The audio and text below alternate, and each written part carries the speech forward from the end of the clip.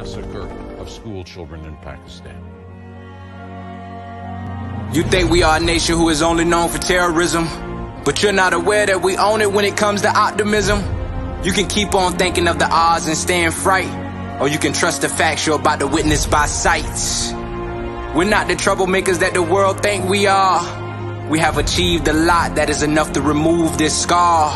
Let's start believing that our economy holds great potential and step forward to explore the prospects, cause that's essential. We're not just a remarkable marks present only in the past. Instead, we still hold potential to show the world we're blessed. We were an economy who was followed by others. We got shattered a bit, but stood again to aim for treasures.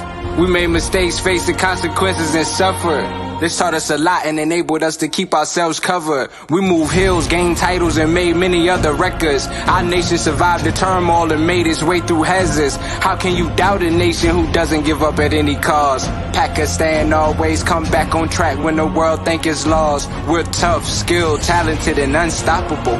You can check the stats to see how much we're capable. No matter you are a national, regional, or international investor, our country has so much to offer. You just name the sector. We're coming forward with the conference of the year. Will you amiably join hands with us and provide your share?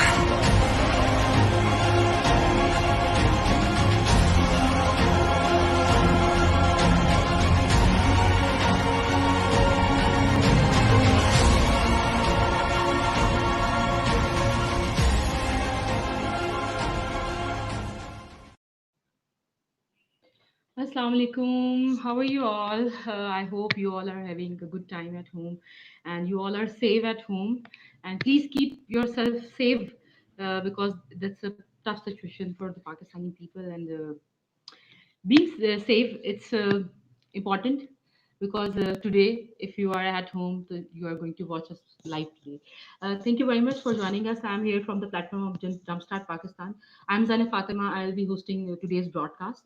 And as you know, that Invest in and Jumpstart is an entrepreneurial movement for all the people around, and we work on the different vectors of society, which is helpful for the nation building and for the economy betterment. So when we talk about the economy, when we talk about the nation building, we came up with the word youth, and our youth is the most important factor which where we have to work to improve our many other aspects. So when we talk about youth, two words came in mind. Youth are always in talk about two words. One is entrepreneur and other is leader. So today's our talk is all about entrepreneur and leaders. So we have a different guest here, and they all are expert in their own fields. I'll start from the YOLLANA Shore. She is the founder of Awakening Leadership at with YOLLANA. And next we have NABEEL Khalid. He is a founder and business consultant at Dotivate. Then we have IMAAD RIZVI. He is a serial optimist and as well as performance coach. And our fourth guest is FARHAN JAVED. He is one of my support in nowadays. He's the co-founder and CMO at Elegant Digital Signage. So welcome all of you. How are you? Fantastic. We are good. Thanks a lot. We are great. Thank you. Yeah, great to be here. Thank you. I am really thankful to all of Alhamdulillah, you we are on behalf great. of Invest in Pakistan. And as today's topic is very interesting because we are talking about two different domains, and both domains are actually interlinked with each other. So I'll start with the entrepreneur because the first step I think for this journey is entrepreneur. What is actually the entrepreneurship for you? If I'll start from YOLLANA. So the question is, what is entrepreneurship for youth?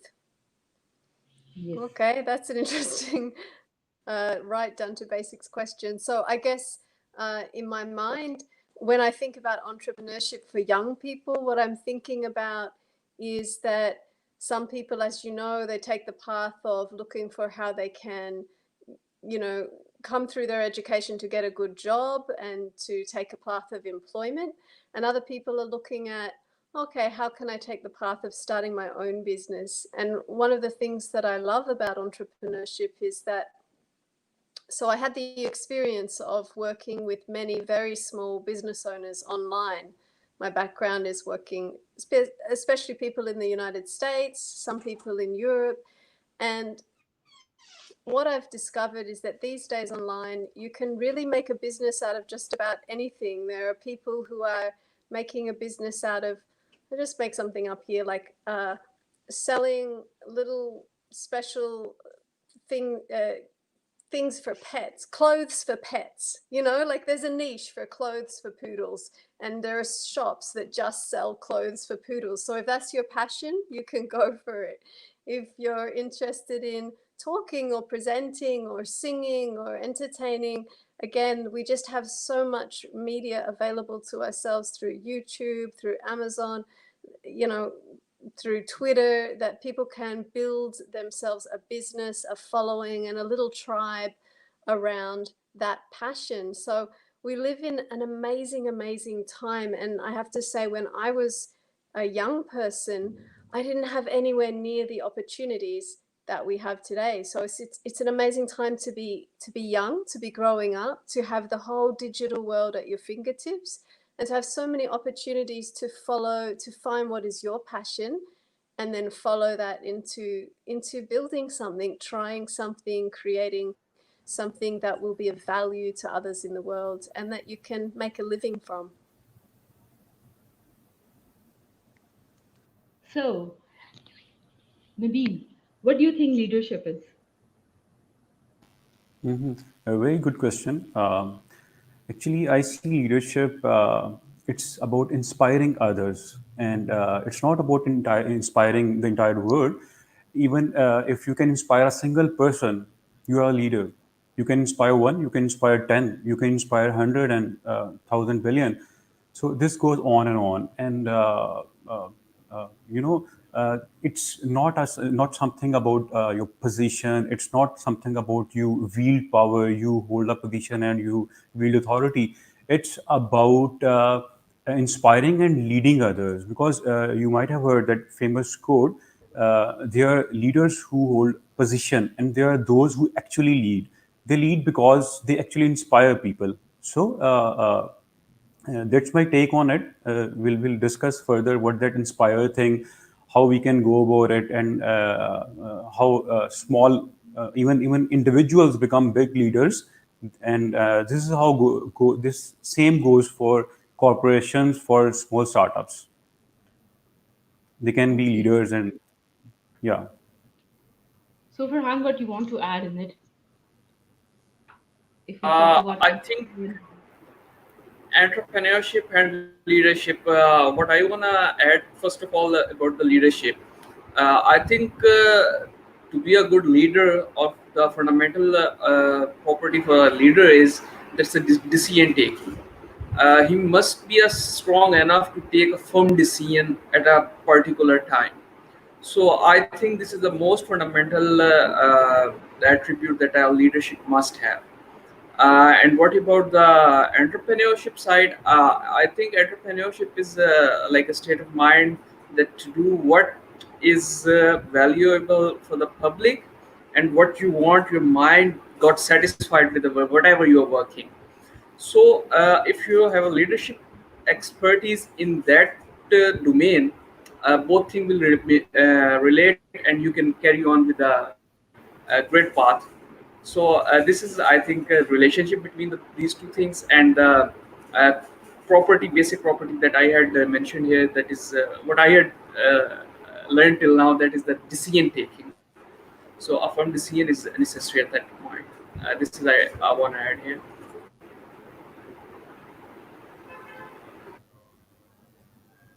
if we Is that talk it? about leadership, yeah, if we talk about leadership or entrepreneurship, you must be optimist towards all these things. What's your being a serial optimist? What's your opinion about both of the things?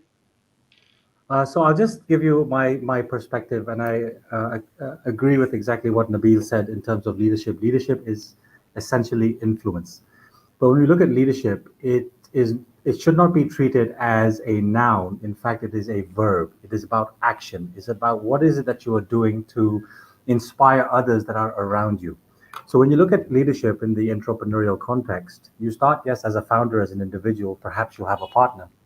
But at the same time, you'll start to build a team around you, and your core objective really is to put them in positions where they have the ability to do so much more that you perhaps don't.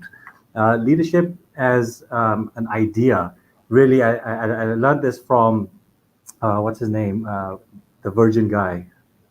Forgive me, it's completely skipped my mind. Richard Branson. Richard Branson. Thank you so much. So Richard Branson, he talks about, leadership as being an individual who nourishes, an individual who listens, someone who motivates, someone who praises people.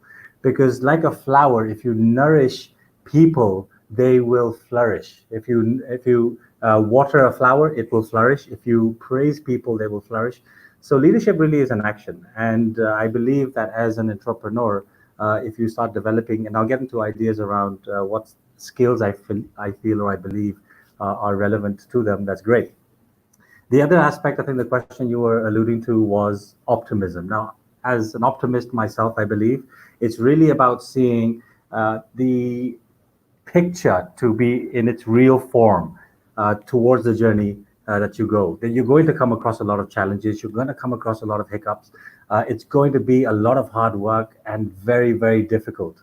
I'm going to highlight this area when we talk about entrepreneurship, and those that are not entrepreneurs, they often, and I say this because I've met a lot of people who aspire to be entrepreneurs, they have a very different mindset as to what entrepreneurship really is. It's almost like you want to escape from the realities that we are living into a space where we have the freedom of choice, the freedom to do whatever we want, take however many breaks we want. And then when you get into the mix of it, we tumble and fall quite significantly. So when we look at optimism for me really is, it's not denying the challenges that are around us. In fact, it is working with those challenges to get us to a place where we want to ultimately. And if we are clear about our vision, our dream of one day seeing something flourish in its magnificence, then we as individuals will start to work around and perhaps even embrace the challenges that we experience. But I also want to caveat that when we think about optimism, there is this idea or concept of pragmatic pessimism, which I think is critical in the world of entrepreneurship. And what I mean by that, and I do this in a lot of consulting as well, is where you're identifying worst case scenarios. You're putting yourself in a position where you start to picture what would happen if. And if you can come up with all of those worst case scenarios, you're better prepared for the learnings that will come out of it. And if you can't accept the reality of what may be, then getting into entrepreneurship or being an entrepreneur is going to be your biggest downfall. So there is, of course, optimism on one end, but this pragmatic pessimism has to be added to it, because we really want to do the best for ourselves and our communities and the nation and the world is at large. And if we're doing that from a very selfish lens, then the journey is very, very frustrating and we end up failing, which is why, unfortunately, 95, there's a statistic, which is 95 to 97% of new businesses fail. And a number of reasons, and I think this is one of them. Thank you, Imad. Okay, I just want to ask from Nabeel. Imad, talk about the skills. What are the skills one leader must have being an entrepreneur, or what are the leadership skills one entrepreneur must have? All right, let me first explain or in simple words, what is entrepreneurship. Actually, I would keep it very simple. It's all about solving problem of other. If you can solve one problem of any individual, it means you can solve problem of other individuals, and this goes on and on. You can scale it up. So one skill, you need to be a problem solver. If you like helping others, if you like helping or working for others, it's really a good thing. Like you can go about it and you can scale it up. And now if we talk about leadership skills, as I earlier said, it's all about inspiring others. As I see leadership or entrepreneurship, it's not something if we want to reach somewhere. It's not a destination. I would say it's a journey, and you can begin with from any time at any place. And as unfold things, you keep on contributing. So this mushroom, you get to the top as in capacity of leader or as an entrepreneur. And and one thing I would say, if you are an entrepreneur or a leader, that inspiration thing, that inspire thing is your vision, where you want to go, where you are heading, where you want to take your team with you. And usually it is you start alone. You are just one person, but your vision is big enough to incorporate others' vision. People like to work with you. Just one a short story I would like to add here. How this vision thing, this why thing, why you are doing this business, why you want to lead, why you want to solve problem for other. Even the reason of your existence is this why, this vision. Just short story. There were three laborers working in a construction site, and they were one seemed dissatisfied, the other fairly satisfied, and the third one was very happy. Upon asking the first one, who was dissatisfied, that what are you doing? He said, "Can't you see? Gathering these bricks and building this wall." And what next? He said, "Nothing. This goes on and on." And upon asking the second one, you are a little bit happy. What are you doing? He said, we are building this building, and I don't know what it is, but it will be over in a year. And I don't like my job much, but I'll switch my job later. And upon asking the third person, who was very satisfied, and he said, actually, we are doing the same. I'm building this wall, this room, and this building. But it's actually a hospital. And he said, it would be my contribution, even if we finish this project, when people will come here, they will get healed, and this is my contribution. He was really satisfied because he knew the vision of that single project. So this implies, or this goes for every organization, every individual, every you can use it for any country, because leadership is all about leading people.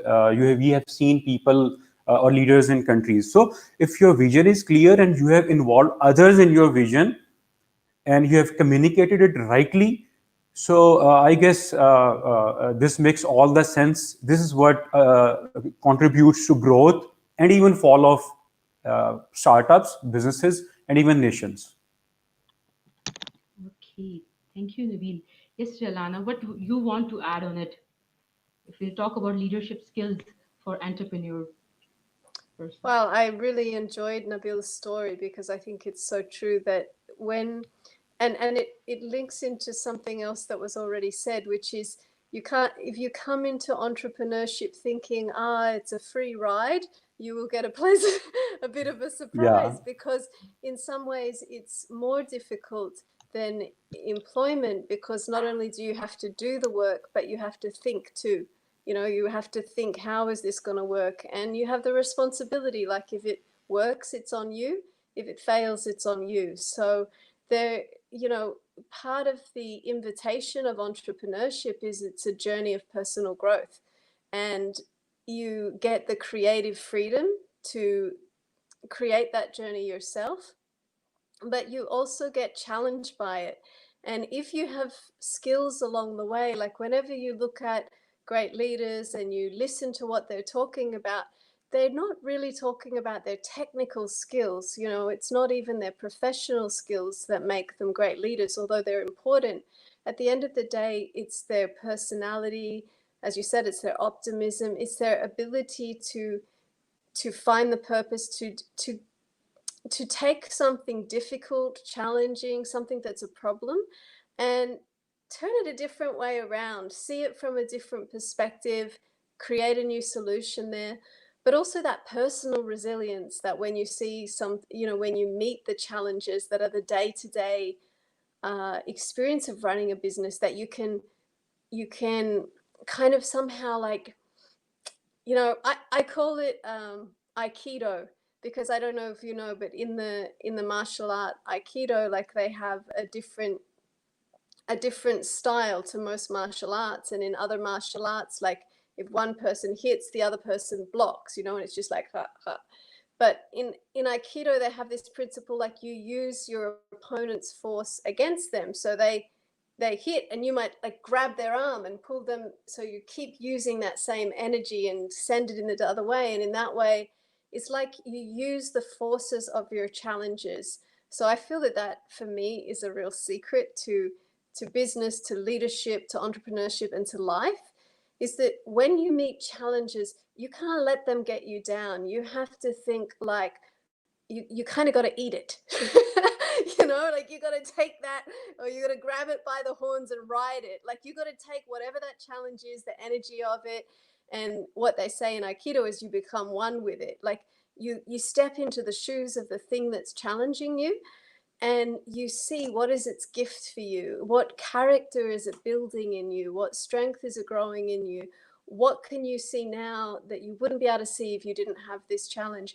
So I think that ability to be able to really embrace the challenges of life is what makes entrepreneurship fun and exciting, and it makes it something that you grow, that grows you. And you know, I can see you guys all nodding because you all know, and what we all know is we've been there.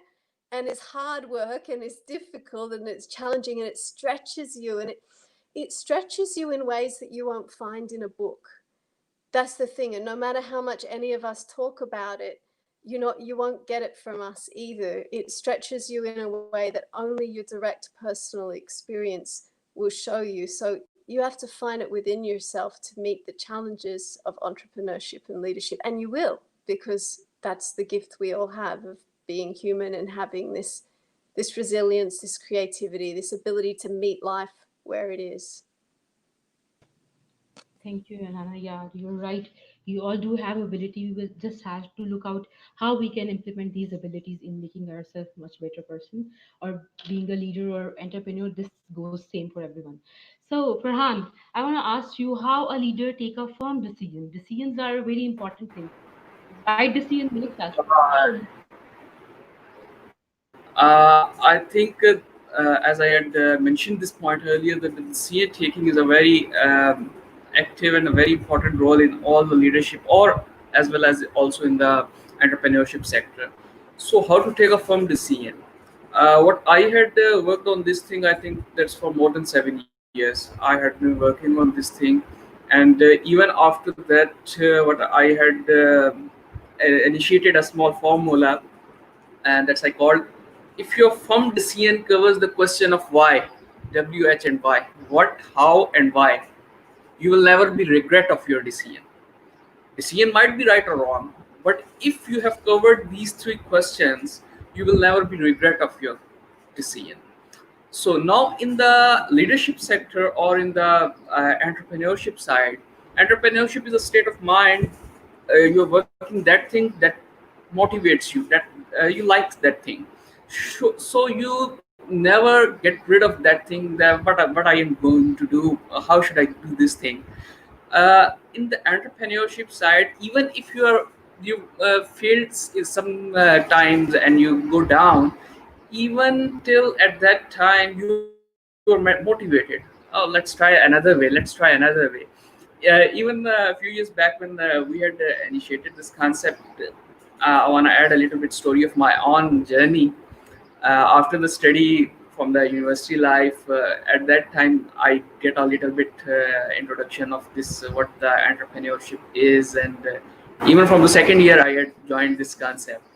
So I was working on all these things, and after the graduation, because in our region in Pakistan, that was a trend that engineer has been graduated, now he must have to start some job and each and everything. So I applied in one of the topmost telecommunication company in the Pakistan, and there was I got selected in that one, and in morning I was there to join the company.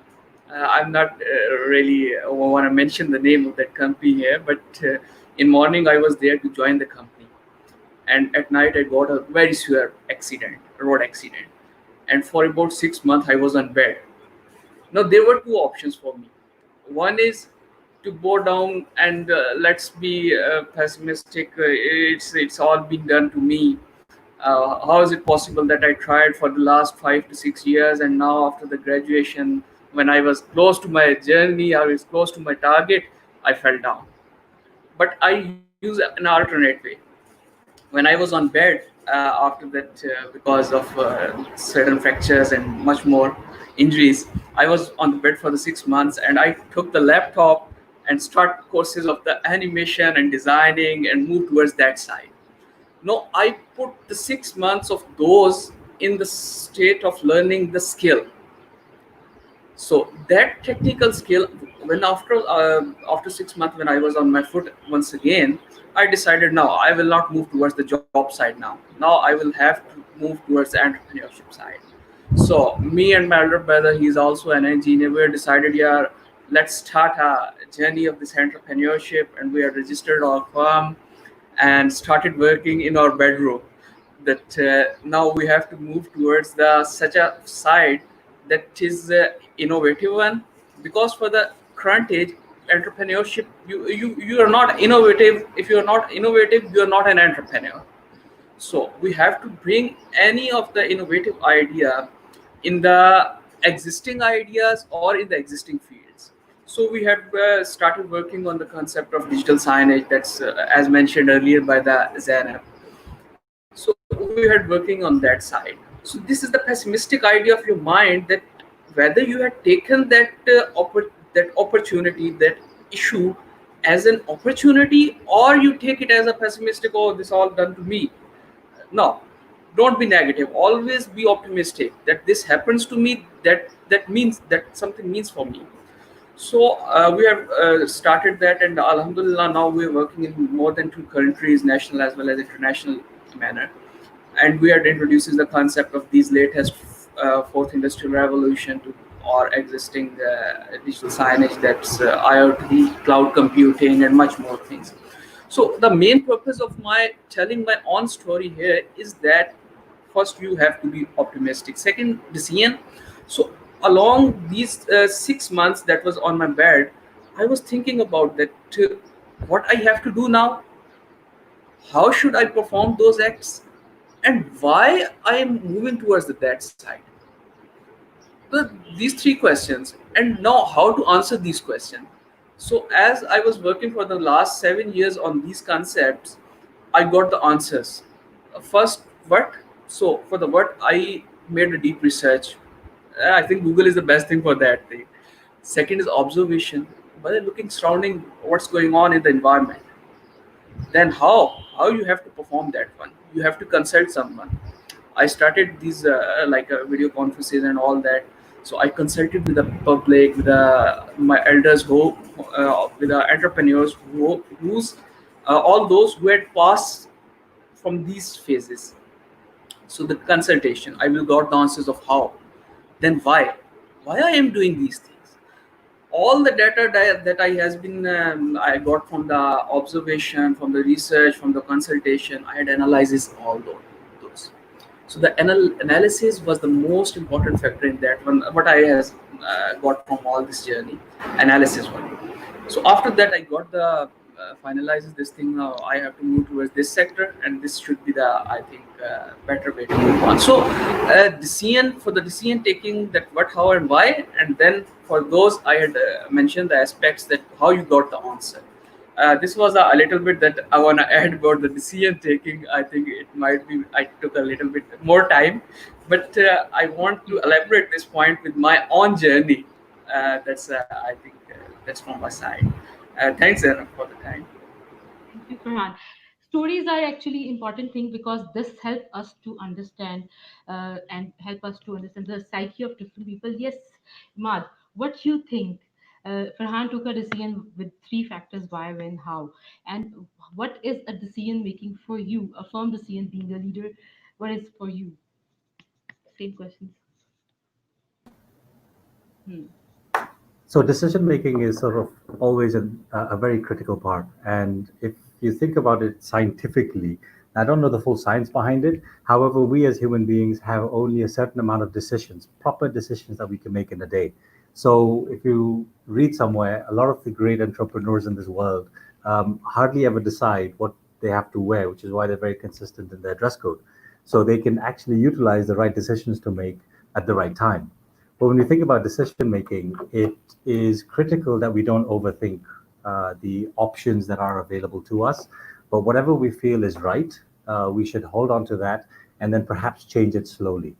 We generally have this bad habit of making a decision. If it doesn't work in the first 5 minutes, we'll want to change it. We have to follow through with it. So we know what's right for us in the moment. And of course, if you have a team that's working with you, it's important that we get ideas from others as well. And then ultimately, it rests on you as to are we going to progress with it or not.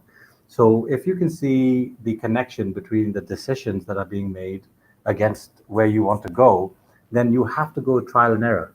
If we start living our lives based on the fears of what those decisions may lead us to or lead us down, then we're taking the wrong approach. So in my very quick summary is we have to really think about a decision and be slow to change it if necessary, as opposed to the other way around. Thank you, Ahmad.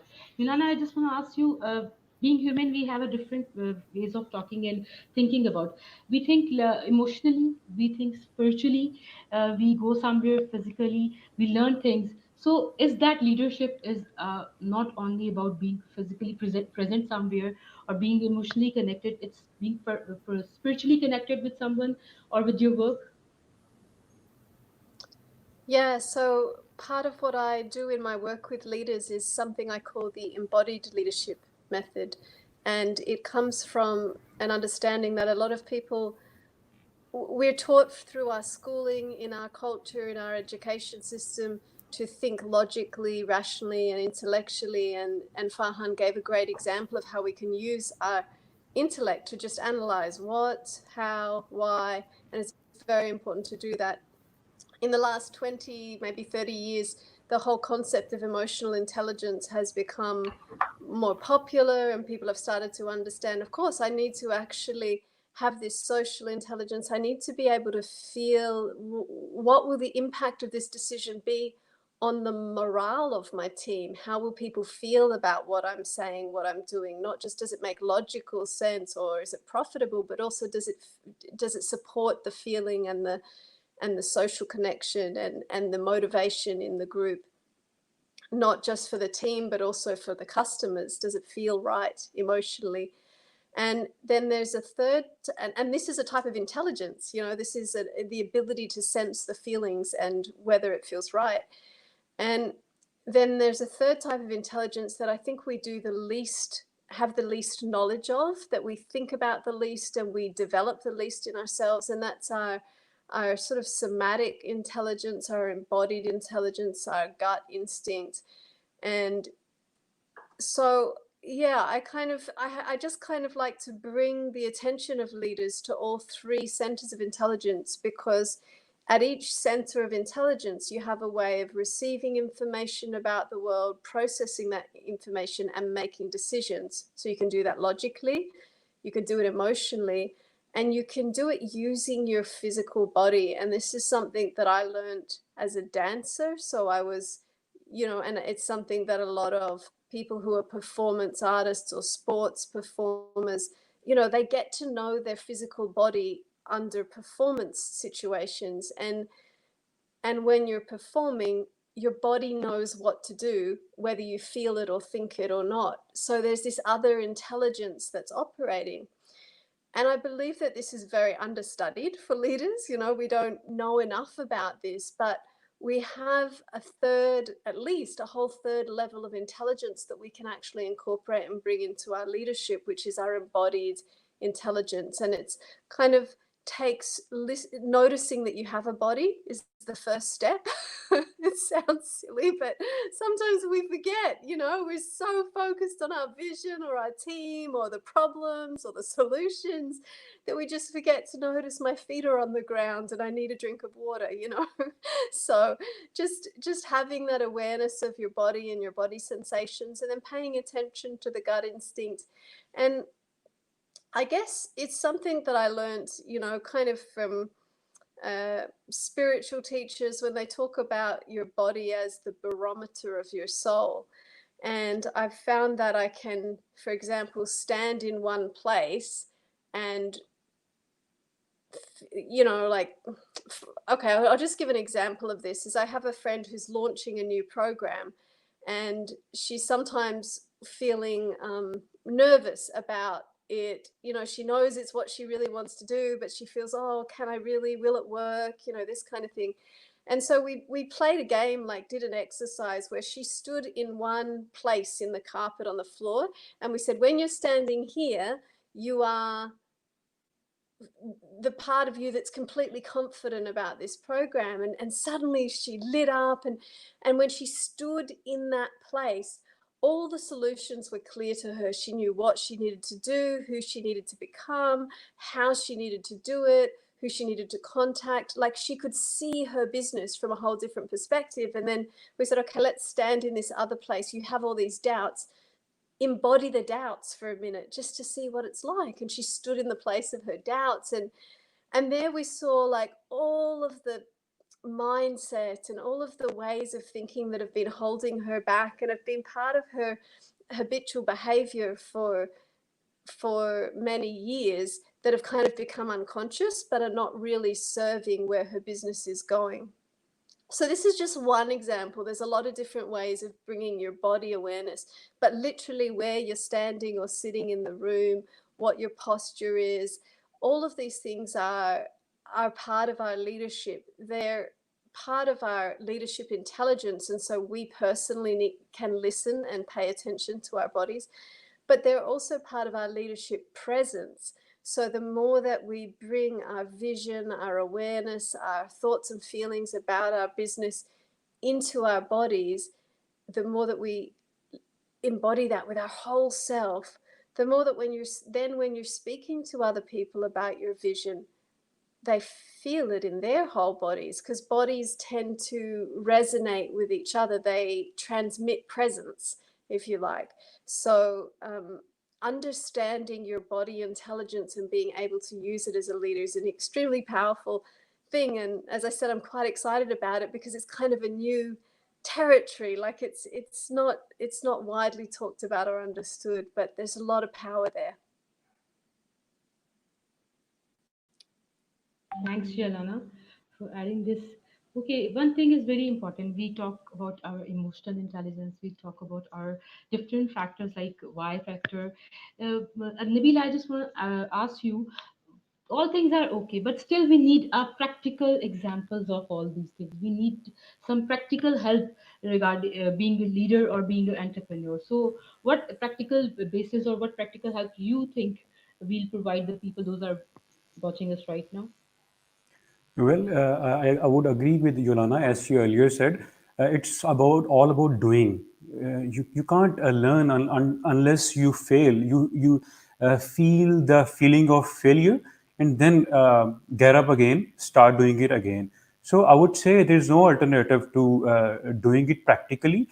You should be, as IMAAD said, you should be optimistic. You should be invincible. You have, strengths in your body, as she rightly explained, that physical endurance thing, physical quotient thing in your body. It's one of the most crucial or important thing to have in a leader. Or even if I would say again, leadership is not something out there. It's not something a position. It's you are a single person. You have a vision. You want to bring it in reality. You are a leader. You consider yourself a leader, and start doing it.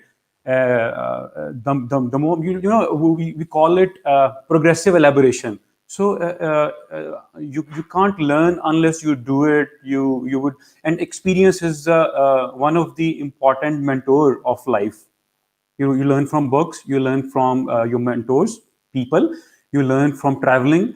So this is one of the most important mentor, I would say, and this is the important thing that we need to learn as startup, as I would again say, as student, as individual. Okay. Nabil, Can I jump in? Yeah, no, me. We all go, oh. I just wanted to jump in real quick. I just want to elaborate I Here just we want to go. elaborate the Joanna's point. I just want to add the Joanna's point here that once I was invited for a debate competition, and the team has requested me to lead this whole team for this declamation contest. So when we had finished that successfully, they requested me to mention your few last words. So I added there that whatever in my mind and heart, the same is in my words, and I do the same thing. So that this is the what Joanna I think added here, that that was the emotional intelligence. Your mind should be synchronized with your heart, so that your decision will be firm and you will be satisfied with your decision. This is I want to add here. You're welcome, Joanna.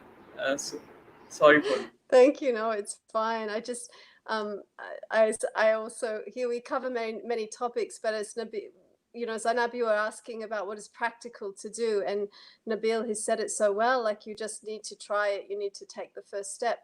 And especially if you're new to entrepreneurship, a good piece of advice is to start small and to think about what is the kind of quickest rotation, because everything is going to be a learning cycle. So if you start out a program that's going to take you a year to come to fruition, then it's going to be another year to do your next learning cycle and another year to do the next learning cycle after that. So if you think about, well, is there a way that I can shorten the learning cycle so that I can try something out, I can do a beta version or a pilot project, or I can, just do and think about, at the beginning, think about time, and instead of taking a big vision and thinking long term, try to think smaller term even, so that you can trial little things at a time. It's not the case for every single business every time, but it's a good thing to keep in mind, is how long is the learning cycle, and how can I shorten it so that I can have more rotations to really get going with this. Okay, Nabil, I have a question. Like, it's all doing. Nabil is right. Now the question is, what stop us from doing? So, what do you think? What stop us from doing? You're asking You me? talk about the practical example. Yeah, Nabil, I'm asking you. Actually, Here's a I would question say from there's no outside. Kovin. There are no outside forces. We are living in the free world. Everything is a free market. So it's our mind that gives up first. Even when you are taking exercise, you are doing push-ups. It's your mind that tells you, okay, let's give up. Even if your body is still can take one or two push-ups, add to it, it can add to it. So it's your mind, I would say. So all you need to do is accept or opt progress or progressive growth mindset. That's all you need. Okay. Yes, we have one more question. Emotional intelligence. What emotion is intelligent? How about being emotionally competent and resilient? Okay, we'll start with Ahmad. I want all of you to answer this. I want to start from Ahmad. Yes, Ahmad. Hmm. Okay, please unmute your mic. There we go. So I was just going to say, I wouldn't mind coming towards the end, because I'm loving the conversation. I think there's incredible flow. So I'll hand it over to Farhan, and then we'll Okay, take it from Farhan, there. so you will join, start from this question, then Yolana, then Nabil, then Ahmad. Fine? It's okay with the order. Yes, sir, Farhan. I think as emotional intelligence has been discussed much about the Joanna side, I just want to focus on the last part of this question, that how about being emotionally competent and resilient. In this thing, what I want to add is that as from the environment side, first we have to focus on that thing. From the environment, there is always the resistance for whatever you are doing, whatever you're trying to do, whether you are in a third world country or you are in the developed countries, or the people there are the literate there, and the literacy rate is currently high, but still there is a resistance from the environment always occurs, and especially in the third world countries that is too much. But what you have to do, I again repeat the same: what, how, and why. You must have to focus on that one. What was your goal? How you have to achieve that? And why have you focused on this goal? Why have you put this goal in front of you? I think you will got all the answers. So that's why I just want to focus on this last part, because taken a lot of time from all of you guys. But that's why I only just focused on this point once again. That please, from the environment side, resist all these things and focus on what, how, and why. You will get the answers from all the aspects that I had mentioned earlier. Rest, I would like to, I think, Imad, you are going to, you're free to add here. Up to you. Yes. Imad, you want to add? Sure. So when we look at emotional intelligence, and in the context of being a leader, are you being a radiant exemplar? Which means that are you living in the truest expression of your being in the context of where you went, where you really want to go? And as Yolana certainly described all of those elements, there is the physical aspect, there's the emotional aspect, and then there's the mental aspect. And all three go in alignment with another. But if you think about it, the physical and the emotional intelligences are what drive your mental state. So when we look at it from the competence, if you can put up the question by Neville, if you don't mind, he looked at it from an emotional competence. What was it? This one. Yeah, emotional competence and emotional resilience. So resilience is really pushing through against all odds. And if we can really address our physical state, because they say that your emotions come from motions and the energy that resides within our body, if we start putting that into motion, then automatically our body, our emotions start to get affected. So we feel a certain way. And when we feel a certain way, it affects our mental ability to want to do, which is why when we sit down and don't move, we start to get lethargic or lazy. It's not about being lethargic or lazy. It's just you're not inspired in the moment. So to be resilient, you've got to actually force yourself to do things that perhaps you wouldn't want to do and push against your own mental state so that your emotional state is woken up and then your physical state is also in action. I mean, who doesn't want a fit body? But ultimately, we need to create a physical environment that allows us to move, that affects our emotions, which then clearly affects our mental state. Unfortunately, what I find is a lot of people try and rely too much on this brain up here, and that then affects in a negative way our emotional state and our physical state. So that would be my 2 cents on the matter or the question. Okay. Nabeel, there. Yeah, I would like to add here. He has rightly said. Sorry. Okay. I would like to add Nabeel, here. there is a comment for you.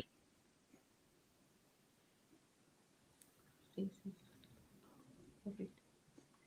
Okay, Nabeel let is me right again. My opinion. first let me first answer the previous question that because human beings are, whoever we are emotional beings, right? So even if you are leader, whatever you do, you have to connect with other, and it's the emotions through which we connect other, we understand other, we if I'm leading a big company, if I'm leading a project, it would be emotions to take my team on board, and the best way to do is personalized conversation. You talk with your team leader individually in person, and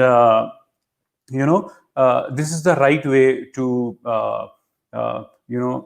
put your vision in practice and keep it alive with time and again communicating that vision with other, connecting your thoughts with other, and most importantly, and the last thing, that we need to listen to other. Listening intelligence is very crucial.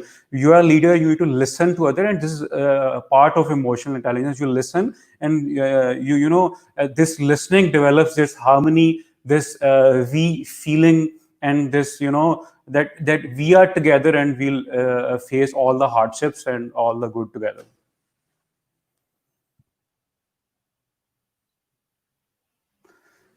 There is a question for Nabeel, but I'll ask this question from Yolana.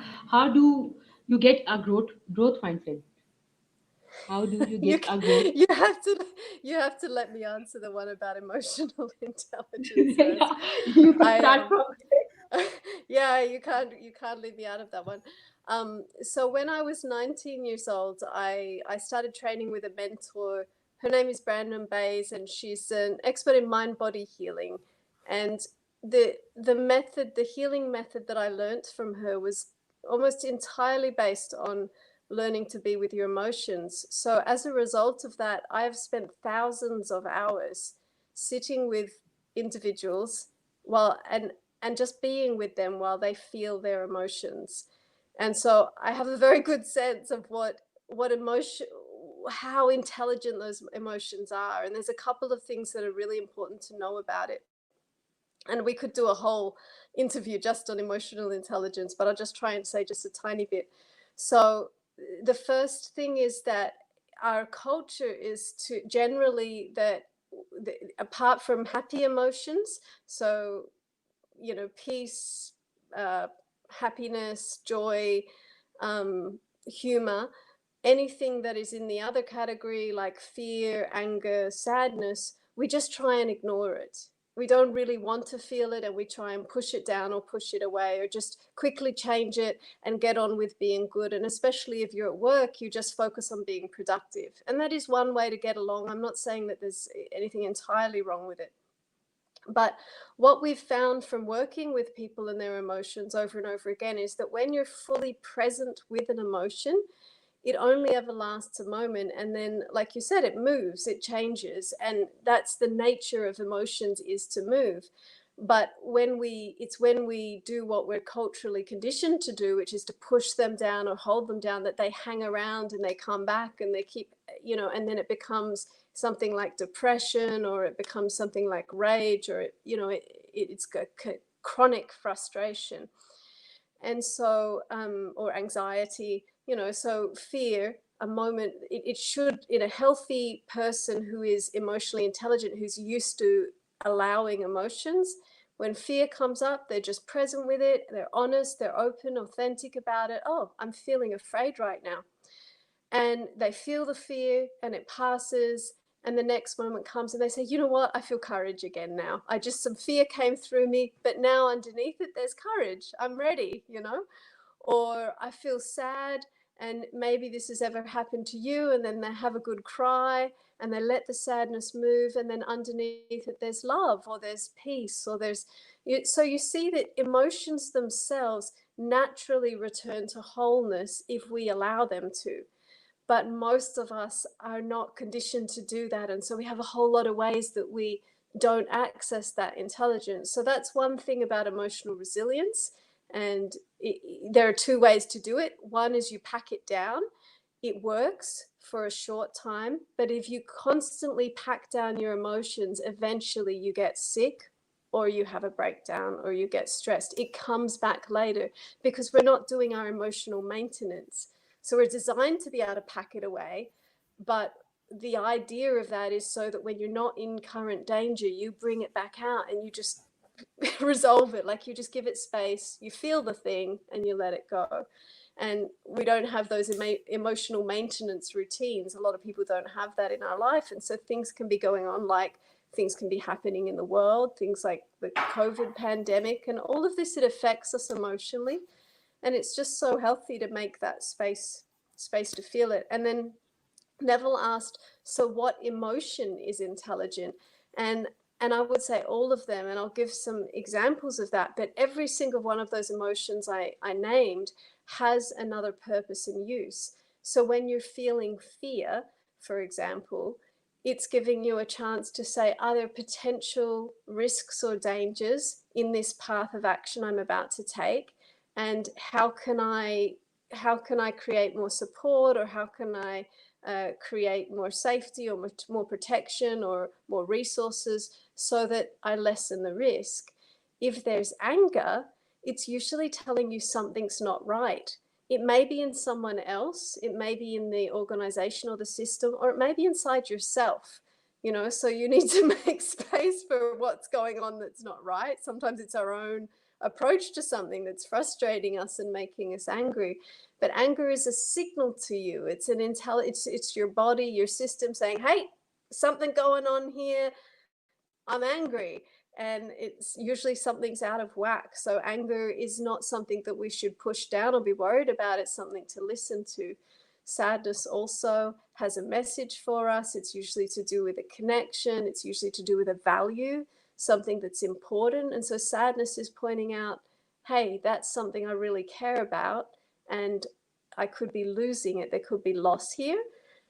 And so maybe even if something's already been lost, it's telling you that's a value that you want to take care of and protect in the future. And maybe you build something around that. So I could go on and on, but emotions, hugely intelligent, have a lot of value to add to our lives, and great to build your emotional intelligence so that you can use that force in your daily life. That's exactly right. If you don't mind, can I just add something to that? And I find that a lot of people certainly do struggle in this area of identifying those emotions and doing something with it. So we look at our emotions, which are triggered by a familiar past. And, as we grow up through our experiences, we start to have these experiences and then start relating it to various other experiences that give us the same feeling. So anger, as an example, there could be many triggers. However, the emotion is very much the same. And this is when it comes to the mind and the thoughts, is how you think will relate directly into your past, which is why we're constantly in this state of being and living in the past. And there's a difference between the past state and the future state, whereas this is analytical thinking, where when we're already in that emotional state, we find it to be very difficult. So we have to pause. And that's the concept of meditation and mindfulness. Is about being present in the moment. And one of my mentors, his mother shared with him that in order to be present, what was it? I've written it down here somewhere. She says, you have to practice living in the present state, and therefore you will live with presence. Because when your analytical mind is clear, when your mind is clear or void of all of the distractions, then you're allowing yourself to think about those elements that you need to start addressing so that you can start to work towards a future that you desire. Because unfortunately, we start going down this spiral of into depression, which of course can be controlled, but it becomes very, very difficult. And we're habitually practicing getting up in the morning, and this is where the state of gratitude comes in. And I think everybody has to start recognizing it and appreciating it, because there's so many things to be grateful for. And if we don't start practicing gratitude, then negativity will always fill a void. And gratitude, you'll find, will always remove that negativity, because we're seeing things for what it is. And there's an exercise that I tend to give folks, is to practice, not even practice, but every time you wake up in the morning, what are the 3 things that you're grateful for today? And then come up with 3 new things every single day. But I want you to write it down and just think about it. I want you to immerse yourself in that idea. And then when you see it on your board, you'll find that you've got so much more going for you as opposed to what's not going for you. And then that can, from an entrepreneurial landscape and from sort of a leadership mindset, you're really embracing this idea of, okay, I'm not perfect, but nobody else is. And I'm working with everybody so that we can unite ourselves to become so much more stronger. So it is a journey. It's not a walk in the park. It's easier said than done. However, it's something that we must practice on a daily basis. And then the other piece I want to sort of highlight around this idea of growth mindset. And if you look at entrepreneurs, and the greatest entrepreneurs out there in the world, and I've studied quite a few of those, and I've spoken to entrepreneurs as well, there are 2 very core areas that they address, which come up time and time again. There are many elements, yes, but the 2 things that come up consistently, number 1 is passion. You've got to be emotionally invested in what you do, because if you're not in love with what you do, you're going to get tired and burnt out and frustrated very, very quickly. And then the second thing is you have to be open, and I think Nabeel had mentioned it. You have to be open to feedback. You have to be open to criticism. You have to be asking questions, not just of yourself, but of others. And this comes to the idea that, there are good questions and there are bad questions. A bad question could be, What if I fail? That's a bad question. Another question could be, what do I need to know, or what do I need to learn, or who can I engage who can help me solve this problem? And when we start reframing the questions, we're starting to put ourselves in a sort of a growth mindset state where we're looking in the direction that we choose. Because we as individuals have a very vivid sense of memory and an incredible sense of imagination. And it's unfortunate that our sense of memory, if it's negative, can influence how the future is going to look. I hope I've sort of covered everything that I haven't digressed anywhere, but I just feel that had to come out, and I'll leave it at that. Yeah. Let me add a little on growth mindset, because there is one way to go about it, as Neville was asking, that how we can adopt growth mindset. It's really easy. We have role models, and how we can actually adopt it. They think, they act, and they communicate in the same way. So we can study them, how they think, how they communicate, how they actually act. It's how they practically do. And when we talk about thinking, everything starts from thinking. You can have a comparison of growth or other mindset. They differentiate their differences from the thinking, because thinking is the origin of your destiny. Your thoughts determine your actions, and you take repetitive actions. They become your habits, and your habits in the long run become or portray your character, and this is how your destiny is shaped. So we can start learning for growth mindset is the pinpoint, the focus is our thoughts, how we can manage our thoughts.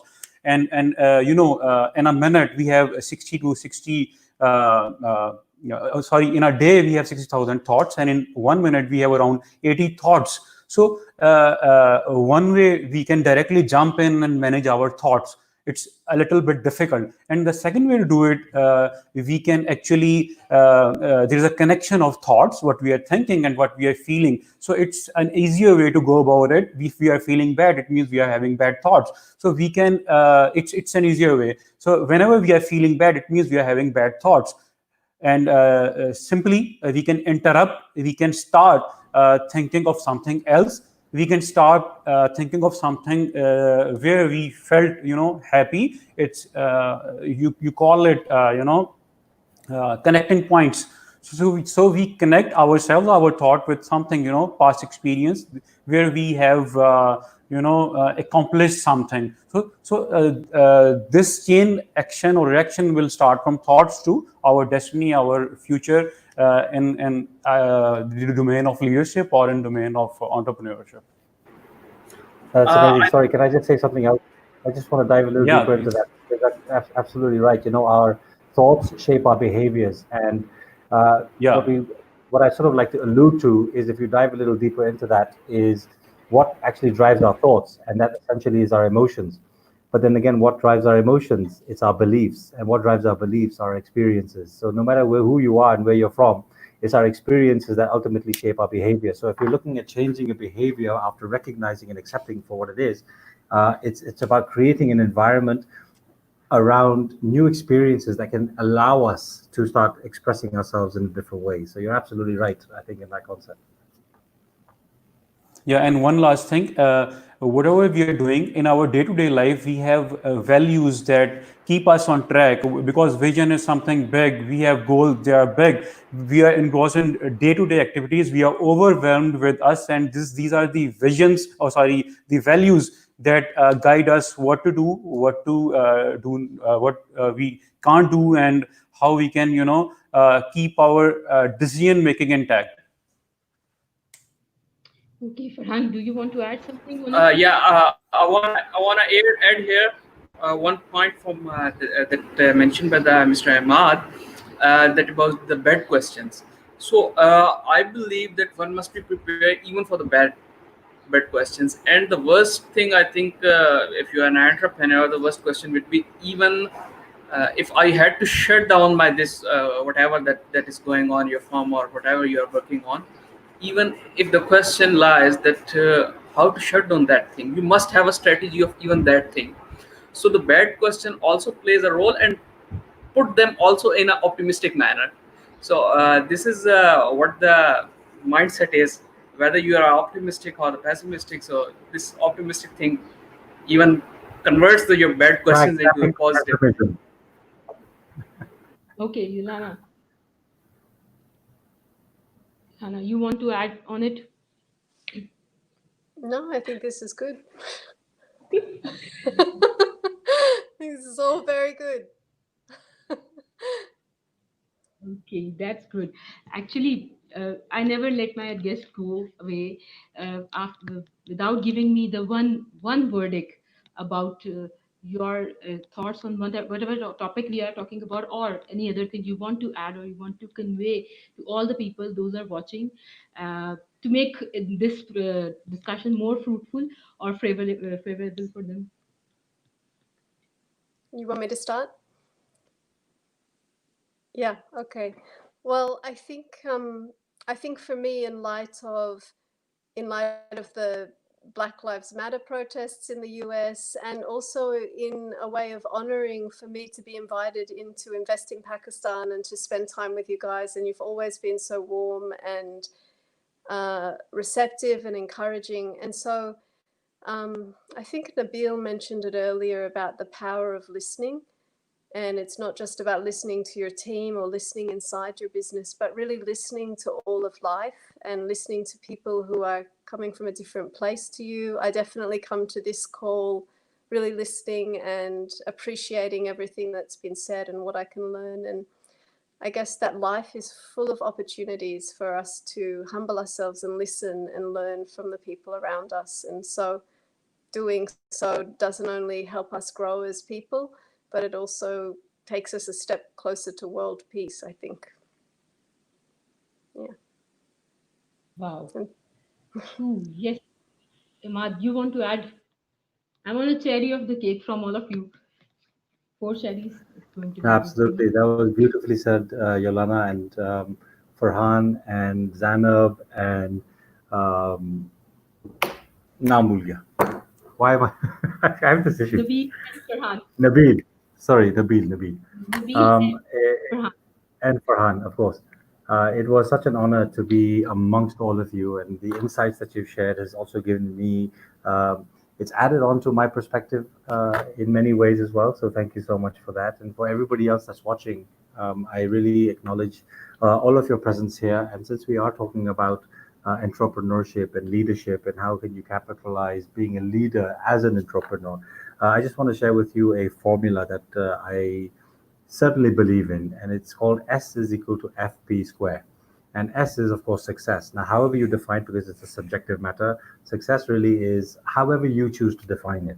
And the way you obtain that is by the F, which stands for focus. You have to be laser focused in terms of what it is that you want to achieve, no matter how small, medium, or large your goals may be, but you've just got to have a laser focus. And then the P squared means there's 2 Ps, which means persistence and patience are critical. Patient in the long-term outcome, and persistent in your daily activity. Patience doesn't imply that you just sit there and wait. It means you just have to know and that whatever you are doing on a daily basis, you will get to where you want to be. And you have to, it comes with hard work. There's no 2 ways about it. So I wish you all the very best on your journey as an entrepreneur. And now that we've all connected in some shape or form, feel free to connect with us, and we'd love to give you our insights and also learn from you and see the incredible work that you're doing. I'll just close off on the video that we opened with, that you shared. It always gives me this incredible inspiration, and I just want to watch it over and over again, because the words that are expressed are absolutely true. We have what it takes. We've got the abilities, we've got the talent, we've got the potential. We just have to recognize it and own it and do something about it. So hats off to all of you. Thank you so much once again for having me on board. I really appreciate it. Yes, Farhan, you want to add something? I really want to. I want to add here that I think this really a conversation was an incredible one, and even I learned a lot of things new from the panelists. And the thing that I want to mention here is that no doubt that the majority of the population across the globe includes the third world countries. And in those countries, there, what I had analyzed from my research, the thing that much of the time degrades a personality is the environment. So my suggestion, my point for all those who are trying for the new thing, please put this thing in your mind that the resistance come to you from the environment. This is the fundamental factor of whatever you, even if you are in the developed countries in the where the literacy level is too much high, even there the resistance occurs. So the thing you have to do is remain consistent, remain focused to your idea and your perspective. Second is that action. So if you think about the something that I want to do this thing in the next 2 years, if you are not able to start that one, you had not started from the today onwards, I will start it tomorrow. No, you have to start it now. So these two things, consistency and the start from now, because changes occurs with the passage of time. So you have to start now, so that if there must be some change or the issue occurs, you have a time, enough time to make an alternative path, but your goal will be the firm one. So this is a I would like to add here. Thanks, Zainab, for the time. Okay, Nabeel. Yeah, it's been Yes, wonderful Nabeel. talking with you. I learned a lot, and but my message to the youth, the especially those who are in Pakistan, that we should have a mentor. That's a good thing, but we shouldn't look at others to help us. This is not how life, you know, this is not the right way to go about in life.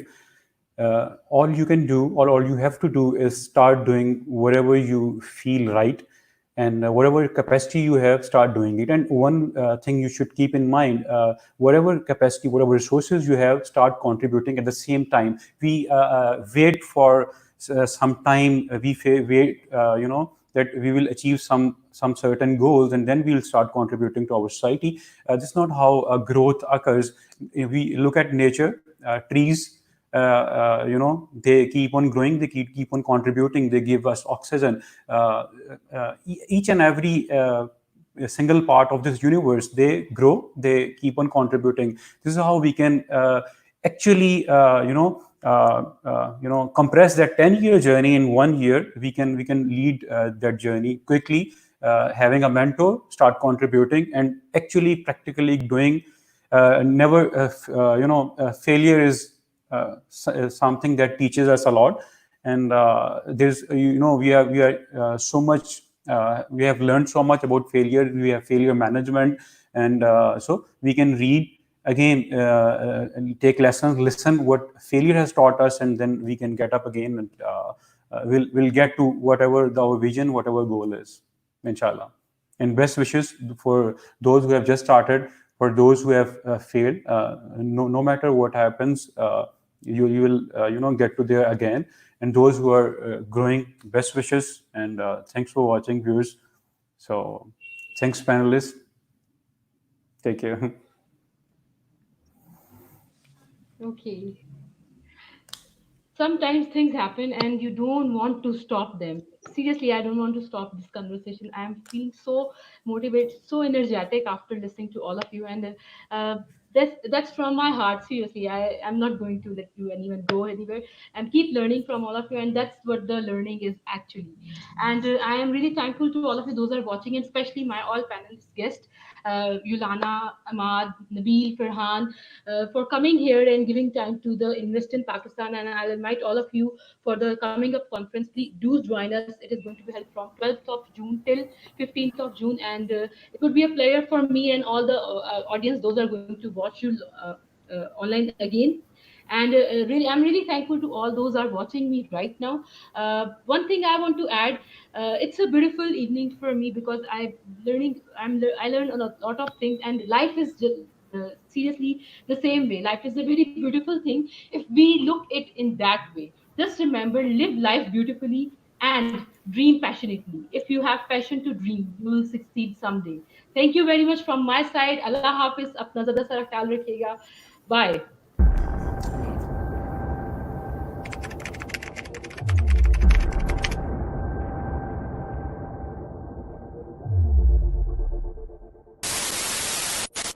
Pakistan is a country with great potential. Now, Pakistan, in my opinion, is ready. Right now is the best time for investors to come to our country. Now, Pakistan's stock market is booming. Stock prices are at their highest level ever, and investments are pouring in. Spending more than $50 billion on energy and infrastructure in Pakistan.